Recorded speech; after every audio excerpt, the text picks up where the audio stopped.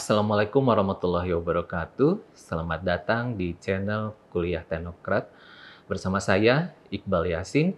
Pada kesempatan kali ini, saya akan menjelaskan mata kuliah untuk perpajakan. Nah, mata kuliah yang saya jelaskan pada hari ini adalah yang berkaitan umum dengan perpajakan. Nah, saya akan mengutip pengertian perpajakan menurut Mardiasmo dan Profesor Dr. Rahmat Sumitro, Sarjana Hukum, yang dimana dimaksud dengan pajak adalah iuran rakyat kepada kas negara yang dapat dipaksakan yang wajib membayarnya menurut peraturan-peraturan atau berdasarkan undang-undang dengan tidak mendapatkan prestasi kembali yang langsung dapat ditunjuk dan yang digunakannya untuk membiayai pengeluaran-pengeluaran umum berhubungan dengan tugas negara yang menyelenggarakan pemerintahan. Nah, dari pengertian perpajakan yang sudah saya jelaskan tadi, kita bisa mengambil ciri atau unsur yang melekat pada pengertian pajak. Yang pertama adalah pajak dipungut berdasarkan undang-undang. Jadi, setiap pajak itu ada undang-undang atau ada ketentuan yang ditetapkan oleh pemerintah. Khususnya biasanya ada peraturan yang berkaitan dengan atau yang dikeluarkan oleh Kementerian Keuangan. Dan aturan pelaksanaannya dapat dipaksakan. Kenapa bisa dipaksakan? Karena ada undang-undangnya, ya.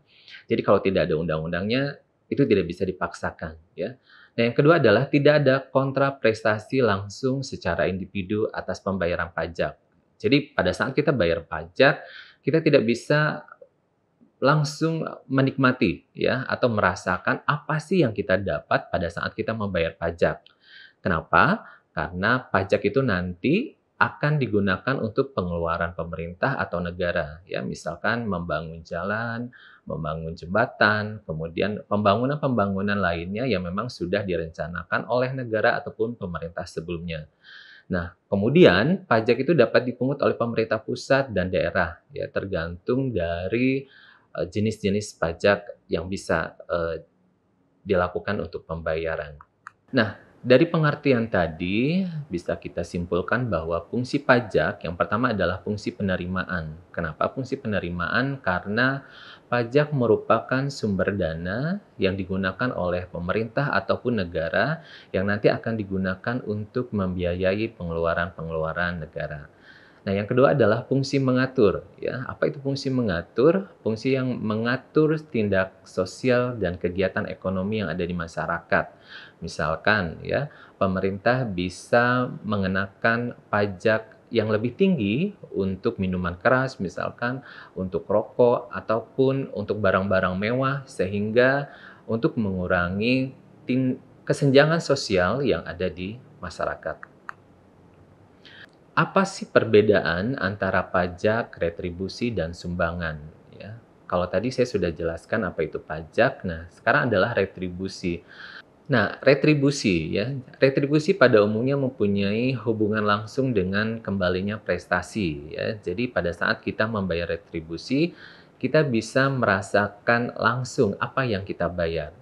Kemudian, karena adanya pembayaran tersebut ditujukan semata-mata untuk mendapatkan suatu prestasi tertentu dari pemerintah ataupun dari suatu negara. Oke, kemudian sumbangan. Ya, sumbangan berbeda dengan retribusi karena sumbangan akan dirasakan manfaatnya oleh penerima sumbangan. Ya, tidak ada kita menuntut prestasi atas sumbangan yang sudah kita keluarkan.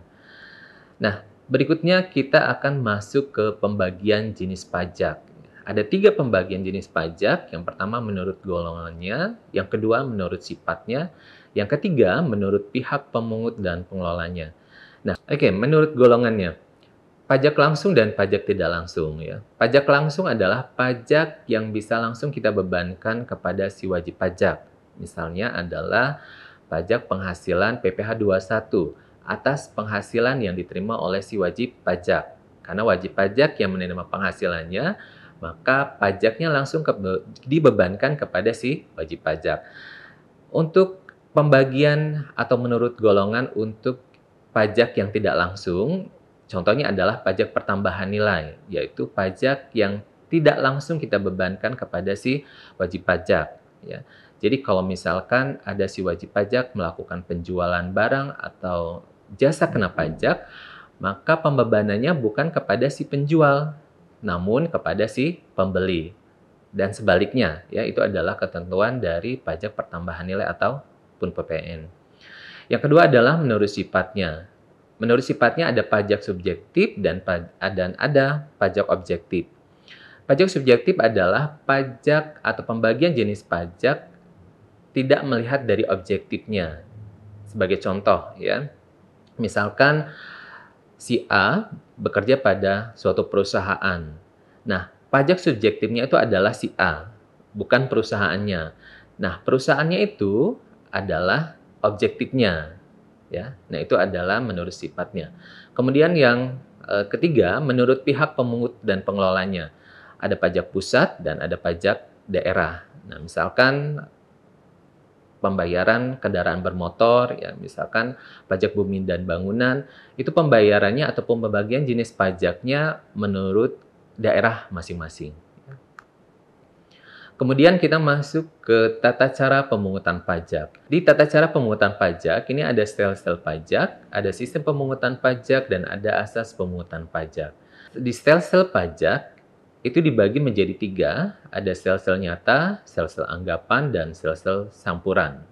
Sel-sel nyata adalah tata cara pemungutan pajak ataupun perhitungan pajak berdasarkan berapa sih nilai penghasilan pada saat itu.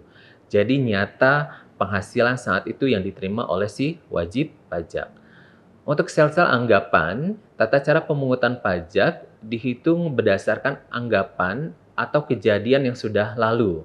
Misalkan tahun lalu si wajib pajak dikenakan untuk pajaknya sekian, ya, maka untuk pemungutan ataupun perhitungan pajak berikutnya itu berdasarkan anggapan tahun lalu, ya. Sel-sel campuran yaitu tata cara pemungutan pajak yang bisa kita gunakan, baik itu menggunakan nyata atau anggapan. Tinggal kita memilih, ya, untuk yang sel-sel campuran. Kemudian kedua adalah sistem pemungutan pajak. Ini ada official assessment system, ada self assessment system, dan ada withholding system. Di official assessment system, ini tata cara pemungutan pajak dilakukan oleh Fiskus. Ya, jadi pemerintah itu yang menentukan berapa besarnya pajak yang akan dikenakan kepada si wajib pajak. Contohnya adalah pajak bumi dan bangunan. Ya, itu adalah pemerintah langsung yang menentukan berapa sih besarnya pajak. Kemudian self-assessment system. Untuk self-assessment system, yaitu tata cara pemungutan pajak yang bisa dilakukan atau dihitung oleh diri sendiri atau si wajib pajak itu sendiri. Ya. Misalkan si wajib pajaknya mau menghitung berapa sih besarnya PPh 21 yang harus dia bayar, jadi dia bisa melakukan perhitungan sendiri dengan ketentuan tata cara perhitungan dari PPh 21. Withholding system. Withholding system ini adalah tata cara pemungutan pajak yang bisa dilakukan atau bisa menggunakan pihak ketiga. Ya, misalkan dari self-assessment systemnya sendiri tidak bisa menghitung dan kemudian dari Fiskus itu memang tidak bisa melakukan perhitungan atas pajak tersebut, maka bisa ditunjuk pihak ketiga untuk melakukan ataupun memungut pajak. Berikutnya adalah asas pemungutan pajak. Nah, asas pemungutan pajak dibagi menjadi 3, berdasarkan tempat tinggal, berdasarkan kebangsaan, berdasarkan sumber. Nah, jadi untuk ketiga tata cara pemungutan pajak ini berdasarkan dari tempat tinggal si wajib pajak, ya, kemudian berdasarkan kebangsaan. Maksud dari kebangsaan ini adalah apabila ada kebangsaan dari luar negeri, ya, atau kebangsaan asing, bekerja di dalam negeri atau di daerah pabean ataupun di Indonesia, pada saat dia bekerja dan mendapatkan penghasilan, maka kita tidak melihat kebangsaannya. Maka kita wajib melakukan pemungutan perpajakan ataupun pemungutan pajak terhadap wajib pajak tersebut, ya, tanpa melihat dari kebangsaannya. Dia berasal dari bangsa mana maksudnya, ya. Kemudian berdasarkan sumber. Nah, tata cara pemungutan pajak bisa dilihat dari mana sumber penghasilannya. Ya. Nah, itu adalah 3 asas pemungutan pajak menurut tata cara pemungutan pajak. Berikutnya kita akan membahas tentang tarif pajak. Nah, tarif pajak ini yang saya bahas adalah tarif pajak yang biasa kita temui sehari-hari, ya, yang biasa ataupun yang memang sudah sering kita lakukan, ya, di kehidupan ataupun di kegiatan kita sehari-hari. Yang pertama adalah tarif proporsional atau sebanding. Maksud dari tarif proporsional atau sebanding ini adalah berapapun besarnya pajak ataupun berapapun besarnya dasar pengenaan pajak yang akan kita kenai pajak, maka tarif persentasenya tetap. Contohnya adalah pajak pertambahan nilai, ya. Jadi, berapapun dasar pengenaan pajaknya, ya misalkan 1 juta, 2 juta, 3 juta, sampai dengan 100 juta, maka persentase tarif pajaknya tetap, yaitu sebesar 11%. Yang kedua adalah tarif progresif. Tarif progresif ini adalah persentase yang semakin meningkat atas penghasilan yang diterima oleh si wajib pajak semakin meningkat pula. Misalnya contohnya adalah di pajak penghasilan PPh pasal 21. Ya, ada tarif 5%, 15%, 25%, 30%. Nah, tarif-tarif itu semakin besar persentasenya, maka penghasilan kena pajak yang diterima oleh si wajib pajak juga semakin besar. Dan yang ketiga adalah tarif tetap. Ya. Contoh dari tarif tetap ini adalah bea materai. Nah, jadi untuk bea materai, berapapun nilai dari transaksi pengenaan atas materai tersebut, besarnya tarif itu tetap. Ya. Misalkan kita membuat perjanjian jual beli, misalkan nilainya adalah 5 juta sampai dengan 10 juta, atau kisaran dari 10 juta sampai dengan 100 juta, jumlah ataupun nilai dari bea materainya tetap, yaitu sebesar 10.000 untuk yang saat ini. Ya. Nah, itu adalah macam-macam dari tarif pajak. Kemudian, materi berikutnya adalah timbul dan hapusnya hutang pajak. Yang pertama adalah ajaran formil. Ajaran formil ini adalah hutang pajak yang timbul karena dikeluarkannya surat ketetapan oleh Fiskus. Jadi, ketetapannya baru akan keluar, ya. Yang kedua adalah timbulnya hutang pajak karena ajaran material. Maksudnya adalah hutang pajak timbul karena berlakunya undang-undang. Jadi undang-undangnya sudah berlaku. Beda dengan ajaran yang formal tadi. Ya, ketentuannya baru akan ditetapkan oleh Fiskus.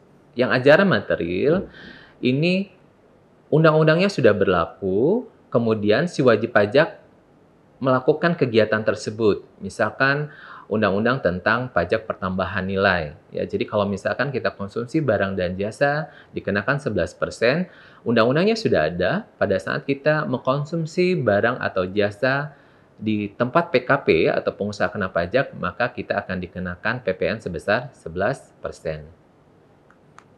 Nah, untuk hapusnya hutang pajak itu bisa karena pembayaran, bisa karena kompensasi, bisa karena kadaluarsa, bisa karena pembebasan dan penghapusan. Untuk pembayaran pasti ya. Jadi kalau misalkan utang pajak itu sudah kita bayar berarti sudah lunas. Nah, untuk yang kompensasi ini adalah hapusnya hutang pajak karena ada pembebanan atas kelebihan pembayaran pajak sebelumnya. Jadi kelebihan pembayaran pajak sebelumnya itu kita bebankan kepada pembayaran pajak bulan berikutnya. Nah, kadaluarsa ini adalah hutang pajak yang terhapus karena sudah kadaluarsa atau sudah lama ya. Kita belum bayar pajak tetapi kadaluarsa maksudnya ketentuannya untuk pembayaran pajaknya sudah lebih dari 10 tahun biasanya ya. Maka pajaknya terhapus. Nah, yang berikutnya adalah pembebasan dan penghapusan. Nah, pembebasan dan penghapusan ini karena suatu kondisi si wajib pajak tidak bisa membayar pajak, maka bisa dilakukan pembebasan ataupun penghapusan.